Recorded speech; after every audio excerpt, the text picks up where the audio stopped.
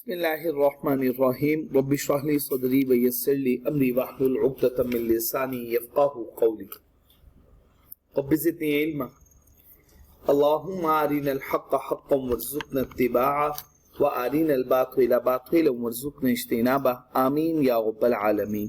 अल्लाहुम्मा तहिर क़ुलूबना मिनन निफ़ाक़ व अअमालना मिनर रिया व अलसिनतना मिनल कज़िब व अअयुनना मिनल ख़ियाना फ़इन्नका तअलमु ख़ाइनतल अअयुनि व मा तुख़फ़ी सुदूर आमीन या रब्बल आलमीन। बच्चे, अगर कमिश्नर सेटिस्फाई हो के रजिस्टर्ड पर्सन ने फेक इनवॉइस इशू की हुई है, टैक्स चोरी करने की कोशिश की हुई है या उसने टैक्स का फ्रॉड किया है, रजिस्ट्रेशन उस पर्सन की सस्पेंड हो जाएगी सिस्टम के थ्रू और उसको कोई नोटिस नहीं दिया जाएगा इस चीज का। बगैर नोटिस दिए उसकी रजिस्ट्रेशन को सस्पेंड कर दिया जाएगा और मामला तब तक इल्तिवा का शिकार रहेगा जब तक कि उसके ऊपर फर्दर इंक्वायरी ना हो जाए, मुलतवी रहेगा। बेसिस ऑफ सस्पेंशन इसके अलावा भी हो सकती है, may inter alia among other things include, ये शामिल हो सकती है। पहली बात, जो उसने रजिस्टर्ड एड्रेस बताया था उस पे वो मौजूद ही नहीं था।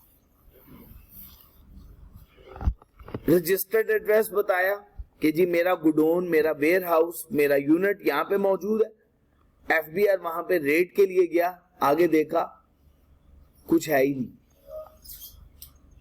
तो एड्रेस ठीक नहीं बताया हुआ था। दूसरी बात, इनकार कर दिया, रिफ्यूज कर दिया to allow access to business premises. आप मेरे बिजनेस प्रीमिसेस में नहीं आ सकते। गार्ड्स को कह दिया अगर ये अंदर आने की कोशिश करें तो इनको अंदर दाखिल ना होने देना। और refusal to furnish record to an authorised inland revenue officer. Inland revenue officer ने रिकॉर्ड मांगा, का नहीं रिकॉर्ड मिलेगा, कुछ नहीं मिलेगा, चले जाओ। क्लियर है यहां तक बातें? Straightforward plain reading. Abnormal tax profile, बहुत ही एबनॉर्मल टैक्स प्रोफाइल है जी आपकी, such as taking excessive input tax adjustment. अब बहुत ज्यादा टैक्स इनपुट टैक्स के एडजस्टमेंट आप अवेल कर रहे हैं, कॉन्टिन्यूअस कैरी फॉरवर्ड कर रहे हैं, सडन इंक्रीज इन टर्नओवर अचानक से बहुत ज्यादा बढ़ गया, ऐसा कैसे हुआ? ये एबनॉर्मैलिटी आ गई। सब्सटेंशियल परचेजेस फ्रॉम और making supplies to other blacklisted suspended persons. आपने बहुत ज्यादा सब्सटेंशियल सामान खरीदा, उन लोगों से सामान खरीदा जो कि या तो ब्लैक लिस्टेड हो चुके हुए थे या सस्पेंडेड हो चुके हुए थे। Non filing of sales tax return, sales tax की रिटर्न फाइल नहीं की। On recommendation of a commissioner of any other jurisdiction, या किसी कमिश्नर की रिक्वेस्ट पे कि उसका दिल चाह रहा था कि आपको सस्पेंड कर दिया जाए। नहीं, ऐसा नहीं, कोई ना कोई तो एविडेंस, कोई ना कोई तो जवाज, कोई ना कोई तो वजह होगी, कोई और रीजन जो कि कमिश्नर स्पेसिफाई कर। कमिश्नर इसके अलावा कोई और वजह बता दे तो उसकी बेस पे भी सस्पेंड हो सकता है। अब आगे देखिएगा, रिटर्न सस्पेंशन ऑर्डर इंडिकेट करेगा वजह, रीजन क्यों आपको सस्पेंड किया गया, और shall be endorsed to the registered person and all other concerned departments, और वो इंडोर्स कर दिया जाएगा रजिस्टर्ड पर्सन को भी और जितने भी उससे रेलिवेंट डिपार्टमेंट्स हैं उनको भी भिजवा दिया जाएगा। रजिस्टर्ड पर्सन जिसने सेल्स टैक्स रिटर्न फाइल नहीं की 6 माह की, 6 कंसेक्टिव मंथ्स की, वो सिस्टम उसको खुद ब खुद सस्पेंड कर देगा और उसको कोई नोटिस भेजने की जरूरत नहीं है। पिछले 6 माह से जिसने कोई टैक्स की इनवॉइस फाइल नहीं की, सॉरी टैक्स की रिटर्न फाइल ना की, वो सस्पेंड हो जाएगा सिस्टम से बगैर नोटिस दिए।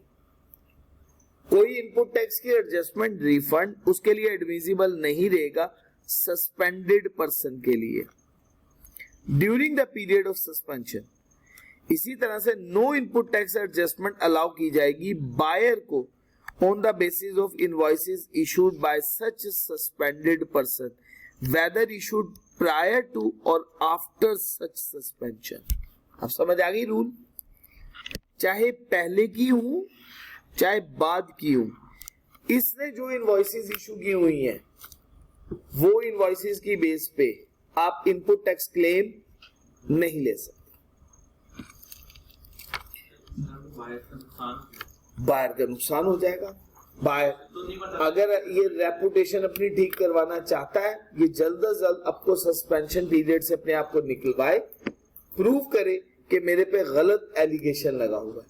अगर उसने प्रूव कर दिया तो जो जिसने सामान खरीदा है, आपको पता है, वो अगर उस मंथ में इनपुट टैक्स क्लेम नहीं कर सकता तो वो अगले 6 माह में क्लेम कर लेगा, उसको फिर नुकसान नहीं होगा, बचत हो जाएगी। अगर वो प्रूफ हो गया, वो सच में सस्पेंड हो गया फिर नहीं आप ले सकेंगे, फिर तो वो अगले दर्जे पे चला गया ना, ब्लैक लिस्टेड के दर्जे पे चला गया, फिर तो बिल्कुल नहीं आप इनपुट टैक्स क्लेम ले पाएंगे। बात क्लियर है यहां तक? नेक्स्ट बच्चे, कमिश्नर 7 दिन के अंदर अंदर सस्पेंशन ऑर्डर के इशू होने के, कितने दिन के अंदर अंदर? 7 दिन के अंदर शोकस नोटिस इशू करेगा उससे कि आप अगर कोई अपनी बात सुनाना चाहते हो तो आपके पास 15 दिन मौजूद हैं। ठीक है जी, अगर ना कर पाए तो हम आपको ब्लैक लिस्टेड कर देंगे। किन वजूहात की बिना पे? आपने अगर कोई रद्दे अमल, कोई जवाब ना दिया इस शोकस नोटिस का, तो ब्लैक लिस्टेड हो जाएंगे। अगर हमने जो आपसे रिकॉर्ड मांगा आपने वो ना फराहम किया, ब्लैक लिस्टेड हो जाएंगे। आपने अपने बिजनेस रिकॉर्ड या प्रीमिसेस में दाखिले की इजाजत ना दी तो ब्लैक लिस्टेड हो जाएंगे। कोई और वजह जो कमिश्नर स्पेसिफाई कर दे। In case showcase notice is not issued within 7 days of the suspension order, अगर सस्पेंशन ऑर्डर के 7 दिन के अंदर अंदर शोकस नोटिस इशू ना हुआ, सस्पेंशन आपकी खत्म हो जाएगी, कैंसिल हो जाएगी, वॉइड एब इनिशियो होगी। क्या मतलब? ऐसे कैंसिल होगी जैसे कभी सस्पेंशन ऑर्डर इशू हुआ ही नहीं था, कभी ये बंदा सस्पेंड हुआ ही नहीं था। बात समझ आ गई है यहां तक? जी बच्चे, यहां तक कोई मुश्किल बात तो नहीं? अच्छा बच्चे, नेक्स्ट, बिस्मिल्लाहिर्रहमानिर्रहीम। इन case of non availability of the suspended person at the given address, अगर वो पर्सन जिसको सस्पेंड कर दिया गया वो गिवन एड्रेस पे मौजूद ना हुआ, notice may be affixed on the main notice board of the LTU या RTO।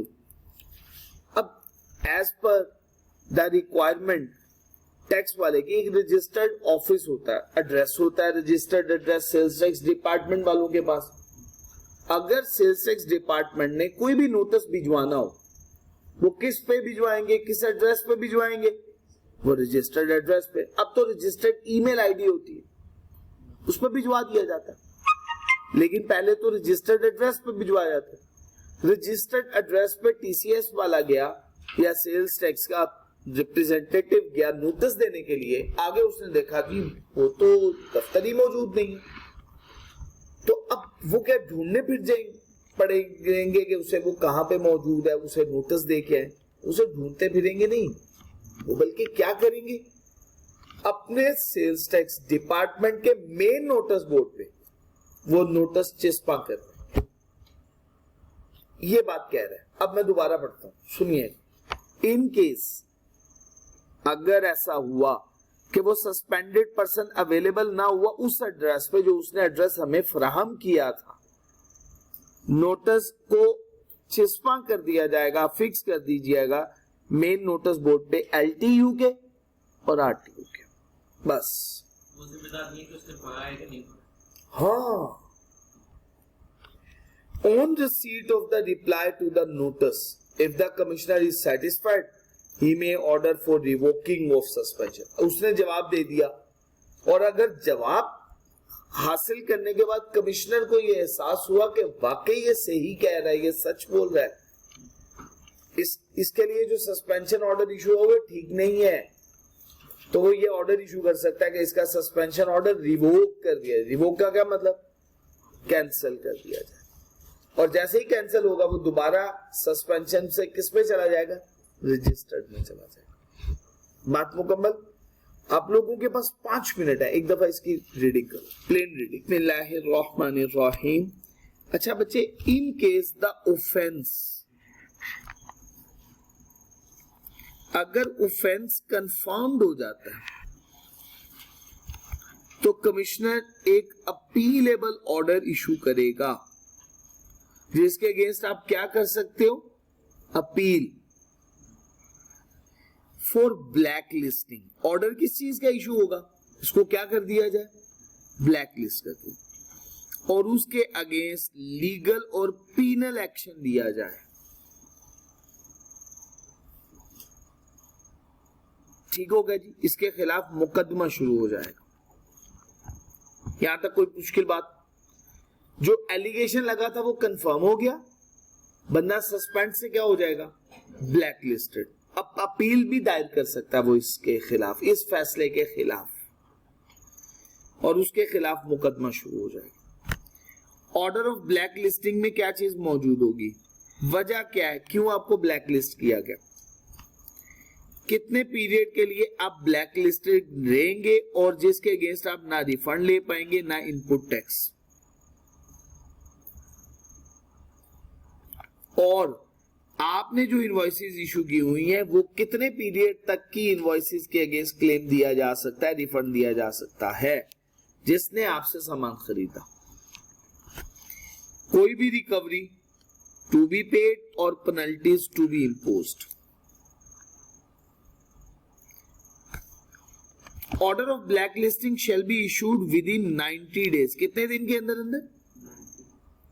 पहले सस्पेंशन ऑर्डर के 7 दिन के अंदर अंदर क्या इशू हुआ था? Showcase notice. और शोकस नोटिस के इशू होने के बाद 90 दिन के अंदर अंदर क्या हो जाएगा? Black list. ठीक हो गया जी। In case order of black listing is not issued within 90 days, अगर 90 दिन के अंदर अंदर ब्लैक लिस्टिंग का ऑर्डर इशू नहीं हुआ तो जो सस्पेंशन होगी वो वॉइड एब इनिशियो, कैंसल हो जाएगी। पहले हमने क्या बोला?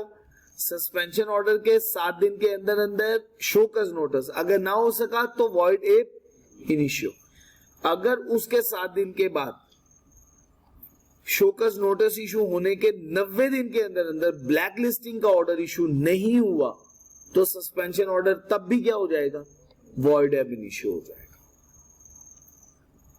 ये भी बच्चे बात क्लियर होगी यहां तक?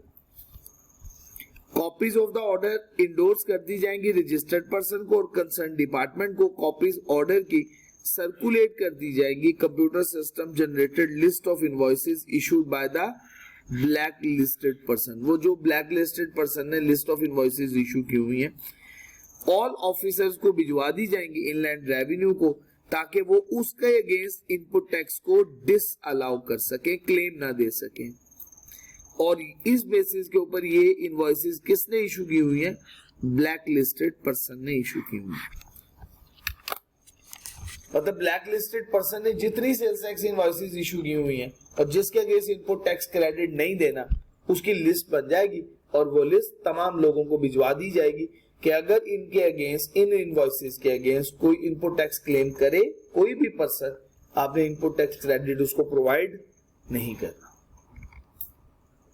ठीक हो गया जी? यहां तक कोई कंफ्यूजन? यहां तक पढ़ना है, 2 मिनट लगाएं ब्लैक लिस्टिंग पर।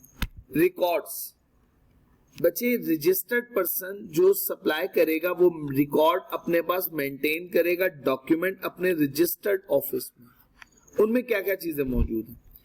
परचेज का, इंपोर्ट्स का, और इसके अलावा इसकी क्या मौजूद होगी? डिस्क्रिप्शन, कितनी चीजें हैं, क्या वैल्यू है, नेम, एड्रेस और एंटी एंड बायर का या सप्लायर का, और सेल्स टैक्स की अमाउंट जो चार्ज की या पे की वो इंफॉर्मेशन प्रोवाइड की जाएगी। अगर जीरो रेटेड है या एग्जाम्प्ट है तो उसका भी रिकॉर्ड रखा जाएगा।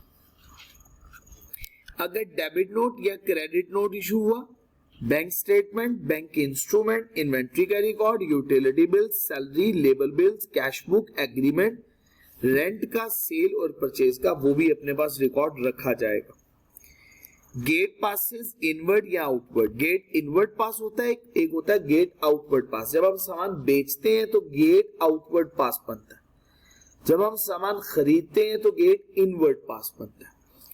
और ट्रांसपोर्ट की रिसीट, व्हीकल वो कैरिज का किराए की रिसीट।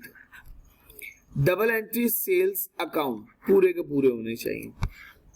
मतलब क्या हुआ डबल एंट्री सेल्स अकाउंट? एक तरफ सेल हो रही है, दूसरी तरफ रिसीवेबल्स, ये डबल अकाउंट है। बिजनेस बैंक अकाउंट डिक्लेयर करना है। इलेक्ट्रॉनिक वर्जन ऑफ रिकॉर्ड आपने बताना है किस फॉर्म में आप अपने पास रख रहे हैं। कोई सॉफ्टवेयर है तो सॉफ्टवेयर का नाम बताएंगे, कौन सा सॉफ्टवेयर यूज कर रहे हैं। इसके अलावा कोई और रिकॉर्ड्स अगर आपके पास है तो वो भी एफबीआर को इन्फॉर्म करेंगे। ये रिकॉर्ड आप कितनी मुद्दत तक अपने पास महफूज करेंगे? 6 साल तक महफूज करेंगे। 2 मिनट में पढ़िएगा इसको। बिस्मिल्लाहिर्रहमानिर्रहीम। Return filing requirement. अमार साहब, रिटर्न फाइल करनी है अगले महीने की 15 तारीख तक। अभी इसका मतलब 15 तारीख से मुराद क्या है?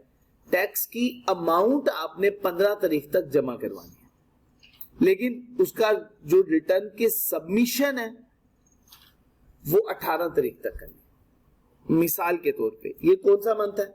जुलाई। जुलाई कब खत्म होगा? 31 पे। अगला महीना कौन सा होगा? फॉलोइंग मंथ अगस्त। अगस्त की 15 तारीख तक जितना output minus input tax net sales tax liability बनेगी वो सबमिट करवानी है। किस तारीख तक? 15 अगस्त तक। अच्छा, अब इसके बाद रिटर्न सबमिट, ये सारे रिकॉर्ड सबमिट जो एफबीआर को करवाना है, सेल्स टैक्स डिपार्टमेंट को करवाना है, वो किस तारीख तक? 18 तारीख। अच्छा, आप साथ ही साथ एक बात सुनिएगा, आपके जो टैक्स है ये कैसे जमा करवा सकते हैं? कैश भी जमा करवा सकते हैं, ऑनलाइन जमा भी करवा सकते हैं, और ये भी पॉसिबल है आप चेक जमा करवा दें। लेकिन चेक जमा करवाएंगे तो चेक की डेट वो समझी जाएगी जिस दिन चेक के पैसे एफबीआर के अकाउंट में ऐड हो जाएंगे, जिस दिन चेक क्लियर होगा। जैसे आपने चेक 15 को अगर एग्जैक्ट जमा करवाया, पैसे उनके अकाउंट में 16 को ट्रांसफर हुए, तो ये समझा जाएगा आपने पैसे ही कब जमा करवाए थे? 16। तो अगर आप चेक जमा करवा रहे हैं तो फिर आपको क्लियरेंस के लिए ये टाइम देखना पड़ेगा। ऑनलाइन में तो उसी टाइम ट्रांसफर हो जाते हैं। एक होता है क्लियरेंस प्रोसेस, वो बैंक का क्लियरेंस प्रोसेस, उसके लिए बैंक ने पहले ही, एफबीआर ने भी पहले ही बता दिया। हाँ, अगर आप पे ऑर्डर जमा करवा रहे हो, डिमांड ड्राफ्ट जमा करवा रहे हो, फिर वो डेट ऑफ डिपॉजिट, क्योंकि अब पैसा बैंक के अकाउंट में मौजूद है तभी पे ऑर्डर बना, अदरवाइज नहीं पे ऑर्डर बना। तो ये कुछ उसूल बताए हुए, जवाबित बताए हुए, पढ़ लेते हैं जी। हर रजिस्टर्ड पर्सन को मंथली रिटर्न फाइल करनी है। कौन सी रिटर्न फाइल करनी? मंथली। इलेक्ट्रॉनिकली एफबीआर के ई पोर्टल पे। Prescribe date of filing of return. General due date filing of return की क्या होगी? 15 नेक्स्ट मंथ की। हाउएवर ड्यू डेट 15 का मतलब क्या है? टैक्स जितना बनता है वो आपको डिपॉजिट किस तारीख तक करवाना है? 15 तक। और रिटर्न सबमिट किस डेट तक करवानी है? 18, उसी महीने की।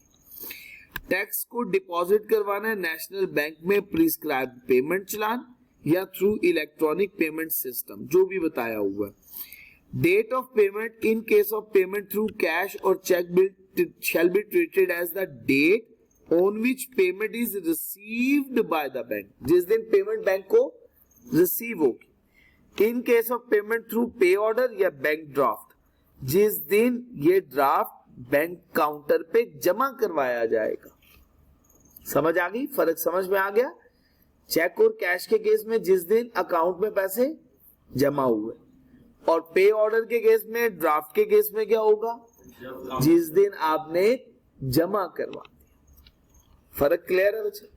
इसको भी एक दफा जल्दी से रीडिंग करो इसको। अच्छा बच्चे, एनेक्सर याद रखना है, एनेक्सर सी होता है एक। रजिस्टर्ड पर्सन एंटर करेगा डाटा इलेक्ट्रॉनिकली अपनी सप्लाईज का, सेल का, किस में? एनेक्सर सी में। अब तो ऑटोमेटिकली इंटीग्रेटेड सिस्टम है, एंटर हो जाता है आउटपुट टैक्स का। अच्छा, जैसे ही वो डाटा एंटर करेगा दूसरे पर्सन के लिए क्या अपडेट हो जाएगी? परचेज। जिसको उसने सामान बेचा उसके लिए क्या अपडेट हो गई? Purchase. And data of debit और क्रेडिट नोट भी, और डेबिट और क्रेडिट नोट के लिए कौन सा एनेक्सर है? आई, याद रखना है। और ये आपने एंट्री किस डेट तक करनी है? अगले महीने की 10 तारीख तक। अब ये याद रखने वाला, डाटा एंट्री अगले महीने की 10 तक हो जाए, 15 तक आपने टैक्स जमा करवा देना है, 18 को आपने रिटर्न सबमिट कर। बातें क्लियर हो गई? अच्छा, एनेक्सर सी में सप्लाईज का रिकॉर्ड, एनेक्सर आई में शाबाश, next following the tax period. ये डाटा इमीडिएटली अवेलेबल हो जाएगा अदर पार्टीज के लिए, और उनके लिए क्या बन जाएगा? Purchase data. यहां तक कोई दिक्कत तो नहीं है? और वो इनपुट टैक्स क्लेम भी कर पाएंगे, डेबिट और क्रेडिट नोट भी उसके अकॉर्डिंगली एडजस्ट हो जाएगा। Data relating to purchases made from unregistered. अच्छा, जरूरी तो नहीं हमने सामान सारे का सारा रजिस्टर्ड से खरीदा हो सकता है अनरजिस्टर्ड से भी खरीदा हो। अगर अनरजिस्टर्ड से खरीदा है तो वो तो सेल्स टैक्स की रिटर्न ही नहीं जमा करवाएगा। लेकिन ये बात हमें बतानी है एफबीआर को, लाजमी होगी कि हमने सामान खरीदा है, क्योंकि फिर हमारा स्टॉक ही रिकॉन्साइल नहीं होगा, और वो आगे स्टॉक की गिनती करता रहेगा और आगे हमें कहेगा ये भी आपने सामान खरीदा और आपने मुझे बताया ही नहीं। इसका मतलब है आप अपनी परचेज कम कर रहे हो ताकि सेल भी ना दिखा सको, टैक्स चोरी कर रहे हो। तो फिर हमें उसके लिए उसको, चाहे हमने रजिस्टर्ड से खरीदा हो चाहे हमने अनरजिस्टर्ड से खरीदा हो, बताना तो बाहर कैफ लाजमी है। अब अनरजिस्टर्ड से अगर खरीदा है तो उसका रिकॉर्ड उसको कैसे दूसरी पार्टी की तरफ से मिल सकता है? उसने तो कोई इंफॉर्मेशन फीड ही नहीं करनी, फिर हमें खुद इंफॉर्मेशन फीड करनी पड़ेगी। उसके लिए एनेक्सर ए यूज होता है। कौन सा एनेक्सर?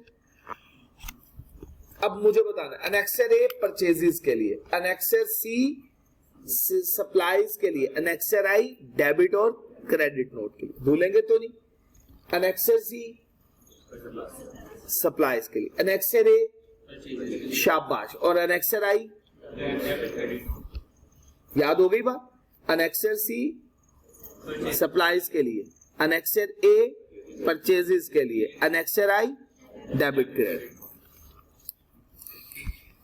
जी बच्चे, अगर रजिस्टर्ड पर्सन क्लेम करता है, person claim reduce his sales tax liability, उसका क्लेम उसकी लायबिलिटी को, सेल्स टैक्स लायबिलिटी को रिड्यूस कर दे, input tax on his purchases, credit note issue हो गया in respect of sales return, या इंक्रीज कर गई परचेज की वैल्यू किसी भी मिस्टेक की वजह से या परचेज इनवॉइस की वजह से जो अर्लियर उसके पास मौजूद थी और उसका क्लेम नहीं वो ले पाया। Discrepancy was found by the automated system. Automated system में क्या जनरेट हो जाएगी? डिस्क्रिपेंसी ऑफ द एफबीआर, और ये एडजस्टमेंट अलाउ होगी रजिस्टर्ड पर्सन को प्रोविजनल बेसिस पे। याद आ गई बात? और फाइनल एडजस्टमेंट कब होगी? और अपॉर्चुनिटी दी जाएगी कि वो कांटेक्ट करे और परसुए करे अदर पार्टी को कि वो रिजॉल्व कर दे इस डिस्क्रिपेंसी को अपना आउटपुट टैक्स डिक्लेयर करके। बात समझा पाए? सेम वही बात जो हम ऑलरेडी पढ़ चुके हो। अगर इस डिस्क्रिपेंसी रिजॉल्व हो गई, क्लियर हो गया, तो ऑटोमेटेड सिस्टम इजाजत दे देगा कि सेटल्ड है जी, और रजिस्टर्ड पर्सन को इन्फॉर्म कर दिया जाएगा उसके अकॉर्डिंगली। अगर वो ना रिजॉल्व हुई by the 10th of the next month, then the adjustment earlier allowed on provisional basis पे वो क्या, वो रजिस्टर्ड पर्सन से टैक्स की अमाउंट दोबारा क्या की जाएगी? रिकवर की जाएगी, या उसकी एडजस्टमेंट ले ली जाएगी। वही बात दोबारा रिपीट हुई है यहाँ पे। अब अगेन इस रूल को अच्छे से पढ़िएगा 2-3 मिनट के अंदर। जज़ाकुमुल्लाह खैर। जी बच्चे, नेक्स्ट कॉन्सेप्ट है क्वांटिटेटिव डिटेल्स। याद रखिएगा, क्वांटिटेटिव का मतलब क्या हुआ? रजिस्टर्ड मैन्युफैक्चरर स्पेसिफाइड गुड्स, उसको चाहिए कि वो फर्निश करे डिटेल क्वांटिटीज की, तादाद की बताए, जितनी गुड्स उसने मैन्युफैक्चर की। क्या मतलब है? अगर उसने रेफ्रिजरेटर मैन्युफैक्चर किए हैं, उसने एसी मैन्युफैक्चर किए हैं, उसने गाड़ियां बनाई हैं, कुछ भी बनाया है, जिसकी तादाद मेजर की जा सकती है, क्वांटिटी मेजर की जा सकती है, नंबर्स में, किलोज में, किसी भी यूनिट में, वो बताएगा मैंने इतने यूनिट्स या इतने किलोग्राम मैन्युफैक्चरिंग की है, क्वांटिटेटिवली बताएगा। और सप्लाई करेगा मंथली रिटर्न के साथ ये इंफॉर्मेशन, मतलब ये इंफॉर्मेशन प्रोवाइड करेगा मंथली रिटर्न के साथ। एग्जाम्पल ऑफ स्पेसिफाइड गुड्स में शुगर आ गई, सिगरेट्स आ गए, पेपर आ गया, cement, refrigerator, AC, TV, vehicle, ice cream etcetera, सब चीजें होता है। उसका फायदा क्या होगा? लेट्स सपोज एक आइसक्रीम वाले ने कहा जी मैंने पूरे महीने के अंदर 1 लाख कॉर्नेटो मैन्युफैक्चर किया। एट द एंड इसकी पूरा रिकॉर्ड मौजूद है। 1 लाख अगर तुमने मैन्युफैक्चर किए तो तुमने जून के महीने में उसमें से 80,000 बेच दी थी, 20,000 तुम्हारे स्टॉक में पड़ी। अगले महीने तुमने 90,000 की मजीद बना ली, 20,000 की तुम्हारे पास पड़ी हुई थी पहले। 90 और 20 1,10,000, उसमें से तुमने कितनी बेची? उसमें से तुमने 85,000 की बेच दी, तो बाकी तुम्हारे पास कितना रह गया? बाकी तुम्हारे पास 25,000 का स्टॉक पड़ा। क्वांटिटी कितनी हुई? तो वो ना सिर्फ अमाउंट पे चेक एंड बैलेंस लगा रहे, बल्कि किस पे भी चेक एंड बैलेंस है? क्वांटिटी के ऊपर, प्रोडक्शन के ऊपर, यूनिट्स के ऊपर भी चेक एंड बैलेंस। बात क्लियर है? ये इसको पढ़ने के लिए तो टाइम नहीं चाहिए। इसके बाद एक और बात, एनुअल रिटर्न भी फाइल होती है, सालाना। वो सालाना रिटर्न फाइल करनी है पूरे साल की, जिसको हम कहते हैं फाइनल सेटलमेंट, उस पे बेसिस पे मिलेगी। याद होगा ये फाइनल सेटलमेंट का कॉन्सेप्ट हमने अपॉर्शनमेंट ऑफ इनपुट टैक्स में भी पढ़ा था। अच्छा, अब ये जो फाइनल रिटर्न होती है वो साल खत्म होने के बाद 30 सितंबर तक आपने सबमिट करवाना। किस डेट तक? 30 सितंबर। पढ़ते हैं जी बच्चे। एफबीआर रिक्वायर करता है एक पर्सन को कि वो फाइल करे सालाना स्टेटमेंट प्रिस्क्राइब्ड फॉर्म में। हर कंपनी जो रजिस्टर्ड है सेल्स टैक्स में, वो annual sales tax return file करेगी। और किस डेट तक करेगी? 30 सितंबर ऑफ नेक्स्ट फाइनेंशियल ईयर। क्या मतलब? ये ईयर खत्म हुआ 30 जून पे, तो अगले साल की 30 सितंबर तक आपको रिटर्न फाइल करना होगी। तो यहाँ पे टैक्स ईयर कंसीडर करेंगे या जो फाइनेंशियल ईयर तो ज्यादा 31 दिसंबर? देखो, इसके लिए हम बिस्मिल्लाहिर्रहमानिर्रहीम, एक्सटेंशन का क्या मतलब है? आप रिटर्न की फाइलिंग के लिए क्या ले सकते हैं? एक्सटेंशन, वक्त ले सकते हैं। एक्सटेंशन आपको मिलेगी कितने दिन की? 15 दिन की। कितने दिन तक की मिलेगी? 15 दिन तक की आपको एक्सटेंशन मिल सकती है। For the purpose of extension of time for filing of return, registered person को चाहिए कि वो एक एप्लीकेशन कमिश्नर को दे और कमिश्नर उसे एक्सटेंशन देगा। कितने दिन तक की? 15 दिन की। अगर कमिश्नर मुतमईन हुआ, सेटिस्फाई हुआ कि वो इस काबिल नहीं है कि वो रिटर्न फर्निश कर सके, क्यों ना कर सके? ड्यू डेट पे इन रीजंस की वजह से पाकिस्तान से बाहर गया हुआ, पाकिस्तान में मौजूद नहीं है। दूसरी बात, सिकनेस, बीमार पड़ गया, या कोई और उसके साथ अनफोर्सीन इवेंट हो गया, ठीक हो गया। थर्ड वन, या किसी और वजह की बुनियाद पे अंडर एक्सेप्शनल सर्कमस्टांसेस इससे ज्यादा लंबे अरसे तक के लिए भी एक्सटेंशन मिल सकती है, लेकिन वो नॉर्मली नहीं मिलती। यहां तक बच्चे बात क्लियर होगी? इंशाल्लाह इससे आगे हम डिस्कशन करेंगे। Refusal of extension by the commissioner, ये भी पढ़ लीजिएगा जी।